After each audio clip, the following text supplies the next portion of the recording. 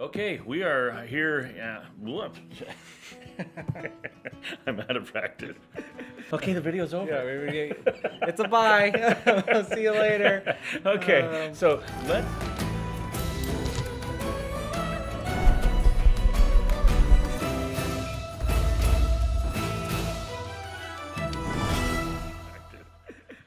Welcome to another episode of Buy, Borrow, or Bust, and we are here with a game that I really did not think would be something I would come back to. In fact, when I went to the Gaming Goat in Las Vegas, I saw it on the table. Jeff, he showed it to me, told me about it, and I didn't purchase it at that time. I couldn't get it. I was in the Gaming Goat a couple more times, and actually people talked about it when they came in the store, and they were talking about how much fun it was, and I'm like, well, maybe. And so Jeff ended up giving us a couple because we have a game camp here, and we do a whole bunch of stuff there. So we are playing a game, Jeff, that you gave us, I believe, although I have bought a few more. Oops, spoiler.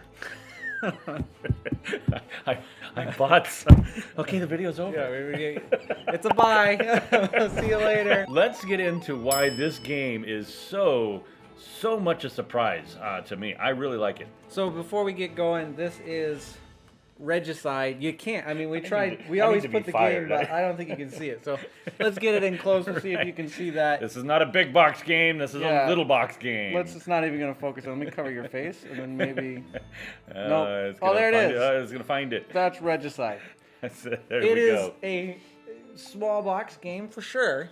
And we may have gotten it for free, but we were not asked to review it. We just like it so much that we can't help but talk about it. There's a lot of games in line to be talked about, and this one kind of jumped ahead of all the other games because it just works so well. So it's a game that works solitaire. If you were going to compare it to something, you would say it's some kind of solitaire-like game, but not like anything else that I've played solitaire. And yet it's a disservice to say it's like solitaire because the gameplay is just... I think on the box, a challenging cooperative card game. And if you're going to say it really simple, that's what it is. They nailed it. And so what is it like? What are the mechanics? Cooperative, you're playing cards against, there's almost kind of a component of like war. You know, the old game, whoever has the highest card is winning, but you're just trying to beat the... Every time we talked about this, we were gonna we don't know how to explain it. It just okay. Let's get a basic more than that. Tell us what's going on. You've got all the face cards, jacks, kings, and queens. You've got 4 of each of those inside this pile, and you're trying to defeat them. And they progressively get more difficult. So we do the jacks first, then we do the queens, and we do the kings. So it gets harder and harder. They have a health and they have an attack. And on your turn, you're gonna play 1 card out of your hand that represents your attack versus that card. You're going to do 5 damage versus his 20 health. And then at the end of that, he's going to attack you, in which case you're going to have to discard 10.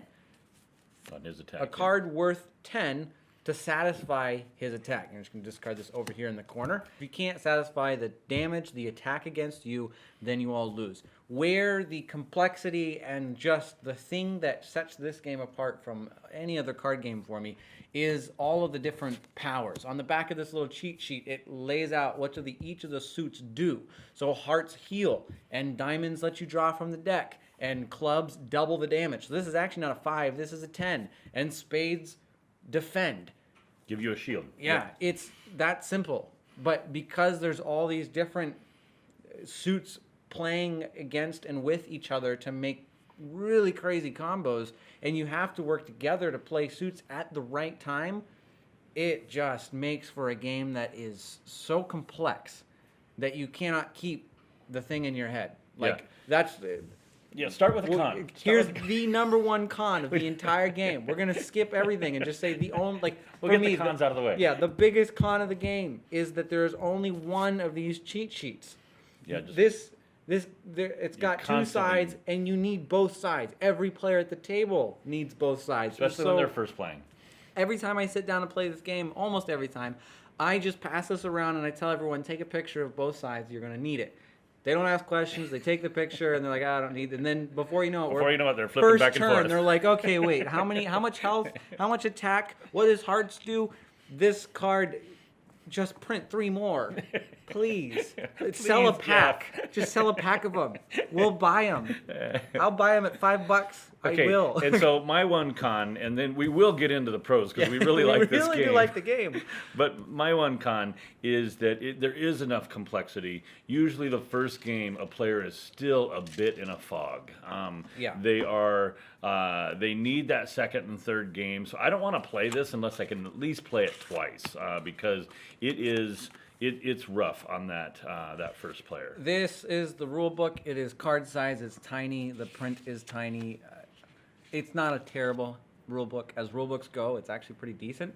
But you will be using this. I've probably played this game 10, 12 times now, more than that. And I still have to have the rule book out. There's just so many interacting parts and pieces in a card game. Literally, this is just a deck of cards. Yeah. And the complexity that's stuffed into this deck of cards is crazy. So I hope you're still with us because now we'll share some of the pros that are really they strong clicked here. off when we said bye. Like they were like, we don't need the rest Right, of this. this is a spoiler. The ebb and flow on this game, I really like. When there are times in the game that all of a sudden you feel good. Your hand is full. You feel rested. You're like, okay, we've got this. We've kind of gone back. And then there are multiple times in this game where you are right on the edge of death. I mean, we barely squeaked by. Are we going to make it through these next two cards? I don't know. And I really like that. Ooh, back and forth. Yeah. And in a standard game, no matter what, there were at least a couple times that I thought we were toast. Yeah, Done. the tense moments in this game, this little 20-minute game creates some of the tensest moments I've had in a game. And there's some games that do more tense, but this one, for such a small game, man, you're just kind of sweating as you wait for the next card. Is this going to be the right one? Are we going to pull through? And to get my last con out of the way, there are some moments that can lose the game for everybody based on a card draw. If you draw the wrong card to go against or you draw the wrong card for your hand, you can lose. That doesn't happen very often, so the luck doesn't always lose the game. But the luck, I think, is still necessary because that's the luck that creates the tense, the moments of like, oh, what's going to happen? For me, it has the right amount of luck right there. I think you feel like you've got good strategy. If you play well, you'll be rewarded for playing well. It feels like the times where I am playing well and then I'm still beat up. I know it's luck, but it almost feels like the enemy was good. Okay, you got me that time, but I'm coming back. And you feel there's such satisfaction every time you Yep. pull through. Every time you beat one of these guys, they go into your deck and you actually get to draw them later and you get the chance of using them against the next guy. And that's just fun. It's like you recruited them onto your team and you're fighting. And that brings me to another pro. The theme works so well. Yeah. And it's and there's a couple of things that they did here that I think were actually risks. They took the risk of making a game that just uses playing cards, which you could buy anywhere for a couple bucks. And if you were able to get a hold of the rules, you could just play this game without their deck.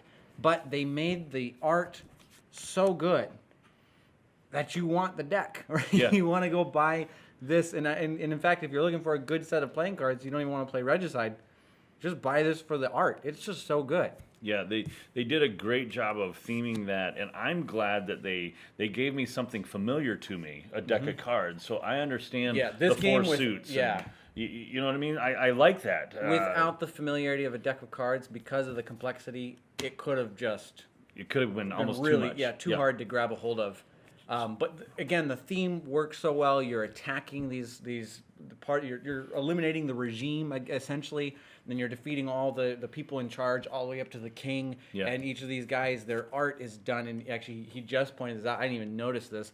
We were just sitting down to review this, and he was looking at it, and they made all of the characters consistent with what their suit power does. So clubs is a heavy attack. It doubles the damage. And you'll notice any of the guys that are clubs, they're either carrying a club. They're all carrying clubs or big old hammers. They look aggressive. It is fantastic. And I love that each of these are, I think they're pretty much all different, all the different cards. Every card's different. Yeah, it's just, theme works really well. Production works really well. Here's another pro for me. The pro for me are all the wrinkles that they put into it, and we'll never be able to explain them all. But the wrinkles, I made a little list of them. I mean, pairs 1 through 5 or 2 through 5 are fun. The jester, there's 2 of them. They play uniquely. There's a yield option. Aces are companion cards that are played uniquely. There's a suit nullifier that guy has. There's an exact kill benefit, and you're kind of sitting here like, whoa, what is all that stuff? Yeah, it's like, when you're playing maybe Gloomhaven or something like that, where there's all these conditions that that there's situations you might find yourself in. It's all packed into this one little card game where you're running into all these and options too, where it's not just conditions that can be met, it's options that you have. So, I could actually use these 2 cards together. I get both the suit powers. That little added possibility, piece of complexity, it makes for a game with so much depth. You just feel like you keep digging and you're finding more parts of the game that you didn't really know. I just played again yesterday, and I've been playing a bunch of it, and I was like, wait, you can do that? I didn't realize you could put... Back to the little game book. I'm back in the... No way, that actually works. Yielding is a thing. Man, those little moments of discovery just make this game so good. Yeah, and I feel like you've got to use every wrinkle at your disposal in order to win. Right? Yeah. And that's why, I've heard that guys, it's like 12 games in before they win their first one. We've never won with 4 players. With 4 players, and I've played 3 or 4 times with 4 players. 2 players is the easiest way to win. I've played that a couple times and won. 3 players gets a little bit more complex, but it's doable. It just brings me again to another pro. This is a true co-op. And yes. the quarterbacking doesn't happen. You can't. Alpha player. Yeah, he's just one of the 4. You cannot tell anyone specifics about what's in your hand. You can indicate. It's just like a lot of co-ops out there where you're only allowed to say so much about what you have behind here. But it's you and your cards. Actually, there's some similarities between this and Gloomhaven. If you want to check out our review of Jaws Line, I love that game. We both really like that game. And I get in that 15 minutes of playing this game, I get some of the same feelings. Yeah. If I need to optimize my turn, and there's a puzzle element of how am I going to combine these cards, and there's an addictiveness to drawing a new one to be like, ooh, is this one going to work? So I can create some cool combos for the future or for right now. Yeah. So I've on the pro side of this, it feels like when I lose this game, I have lost with progress. Like when I talk to somebody else, I haven't won yet. Well, how far did you get? Oh, I got 2 cards into the king. Ooh, you were close. Yeah, you made it to the kings. Wow. Yeah, and so that's kind of a fun thing to have lost with progress. I understand what's going on. And I like the feel of it's harder with more players. It doesn't necessarily feel unfair. It just, because everybody has to be playing their hand almost perfect. There's just little to no margin for error. And if you have anybody at the table that's not quite with it, and that could be a con if you're like, oh man, this is one of those games that one person can ruin it. But if you really, it's not too hard to find a group of people that will dedicate it's 15 minutes to really play hard every. Another pro for me is that idea that if 1 or 2 of us know how to play, it's actually fun to add 2 more, because at the beginning, you're not supposed to do table talk and that sort of thing. But it is actually fun to deal everybody their hand. If you've got a brand new player, let him play open-handed 2 or 3 hands. Let him show you his cards and say, well, here's what I would do. You could do, this and this with that set. And he kind of gets into the, so this would be helpful? Diamonds? Oh, that would be so. We need cards. And that's another satisfying thing is in this cooperative, I feel satisfying when we beat the guy, but I also feel satisfying when I pull off a little wrinkle, or I pull off helping everybody else at the table. Yeah, because the only way to get cards back in people's hands is to play diamonds. And so you're really trying to, and that's part of it being a true co-op, is you're really trying to time the playing of diamonds at the right moment, and when you time it right, it feels really good because everyone gets strong again. And you're like, thank you, You're like, so the least I could do is play a diamond. And that's what a good co-op should do, right? It should make everybody feel good. Feel good about each other. As weird as it sounds, it really does make you feel like a team, and you feel like, we pulled something off together, and that's what I want a co-op to do, and this does it almost better than most co-ops I've played. The last pro that I've got on my list, I just love that it's so small. I mean, this fits, because I enjoy games, this can go with me almost anywhere. I carry a backpack around for work. I keep box inside my bag because I don't know. I can pull it out at a meal. I can pull it out when I travel. I travel with a guy, and we pull this out and just set up on a coffee table somewhere in a lounge at a hotel, a lobby, wherever you're at. You can throw this on the table, and you can start playing, and you can pause really easily. It was well thought through on how to make a small box co-op. Just really good. Yeah, so buy, borrow, or bust. This is probably buy 2 or 3 for me. I find myself once again giving this game away. Again, it's a simple game, and if I can show somebody how to play, they really like it. I do have to get them past the rule. It's best if I get them past the rule book. I haven't looked at their little. I just saw it, the how to play QR code. I haven't seen that either. Yes, I haven't looked that up. I'm assuming it would probably answer a few things because I'd much rather watch a video than read the rules. So that might work really well. But I love it. It's a buy. Yeah, for me, it's a buy. For you, if you're like, well, should I buy it? I can't think of a person that wouldn't. I mean, maybe if you're a really light gamer and if you're watching this video, you're probably not a light gamer. So go for the sorry lovers. Yeah, for the Monopoly players or whatever. No, it really is. It fits almost anybody because it's short and complex and fun and themed well, but still has abstract components to it. Like it feels like it hits almost every style of gamer out there. Is this a buy for solo? I've yet to play it solo. Really? At least one person has played. I really enjoy solos, so I've been wanting to pull it out solo. Yeah. I feel like it would be. I feel like it would work really well solo, but I don't know. I saw another guy do a review, and he played it solo almost exclusively, so I think it plays strong. We've just done 2, 3, and 4, so. Yeah. As far as borrow, if you are on the fence on this one, if you can find a friend that has it, go play it. I'm serious, because I think after you borrowed it, you would just end up buying. Yeah. It just works too well. And even if 3 or 4 of your friends have it, as long as one of you carries it around with you, it's fun to just have it around. Yeah, so this is a buy for me, and it's made by TGG Games, the Gaming Goat. And if there's a good place to buy games, just shout out to the Gaming Goat.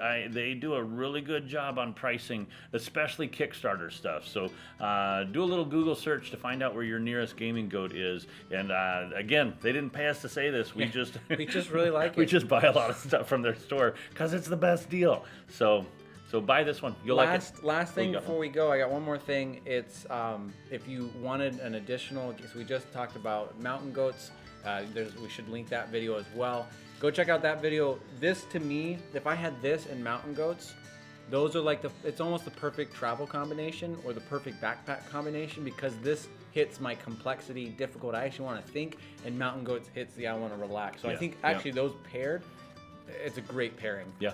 And then if you have any suggestions, we are 4 or 5 videos into the Game Garage. We are brand new. We don't know what we're doing. We're making up stuff. We're trying stuff. If you've got recommendations, suggestions, even if you have a reason that you subscribe, we've noticed a couple people, we don't know why they subscribed, but they did. And if you let us know why you are interested in what we do, and if there's something you're looking for specifically, we are still in the formative time of our channel, and we hope to make it the best we can. So we'll look for those in the comment section. Other than that, thank you so much for watching. We appreciate it.